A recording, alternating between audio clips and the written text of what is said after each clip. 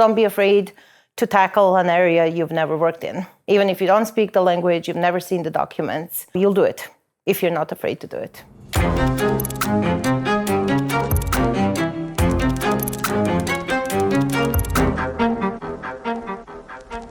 I'm Miranda Patrucic. I'm editor-in-chief of the Organized Crime and Corruption Reporting Project.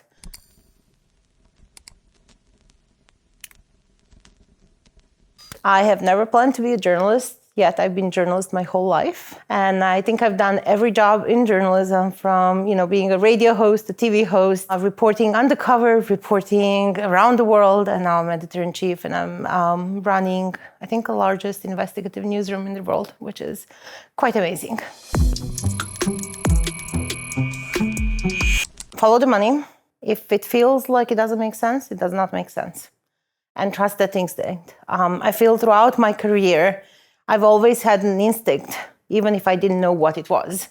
But I would just feel it in my gut. Hey, there's something here. And if you have that feeling, trust it. The only way you prove the corruption is by looking at the money. So we live at a time and age where it's never been easier to get records. So go get them.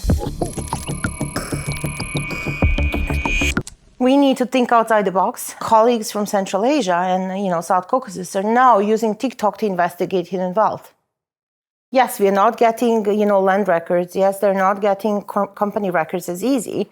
But the kids of oligarchs, wealthy people, corrupt officials, they're all on TikTok. They're posting. So let's look at these videos and find out where they are. And also, don't be afraid to tackle an area you've never worked in. Even if you don't speak the language, you've never seen the documents, you'll do it if you're not afraid to do it. Surround yourself with the colleagues who can inspire you, who you can learn from. I've spent my whole career learning. I'm still learning. Don't ever think you're great. Even if you are great and everybody tells you you're great, there's always more to learn. Be kind to people. I think, the ego is not your best friend. And share what you learn, because we need to help everybody else.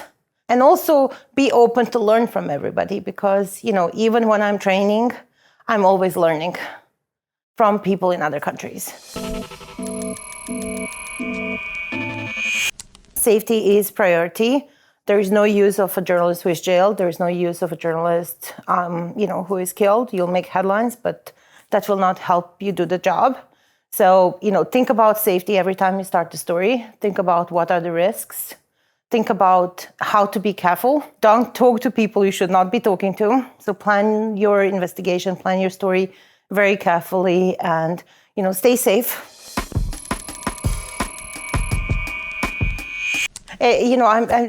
People like bullet points. If you have an amazing read, make it an amazing read.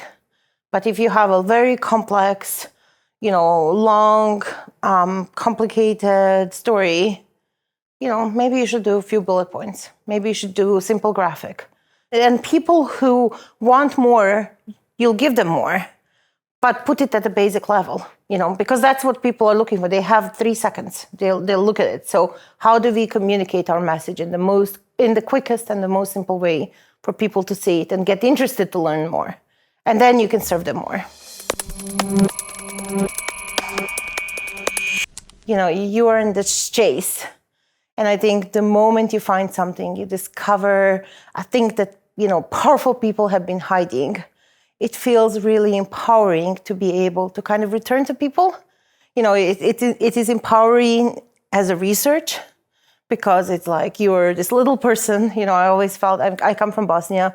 It's a war-torn country. You don't think you would be reporting about presidents of another country and finding their hidden assets.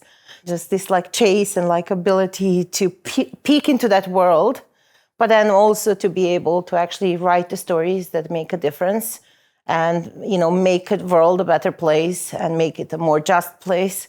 I think that's what drives me to journalism, and I feel like it's the only profession where every story gives you that opportunity. It's not like a one-off thing that will never happen again. Every story we do, every topic we tackle gives us opportunity to make the world better.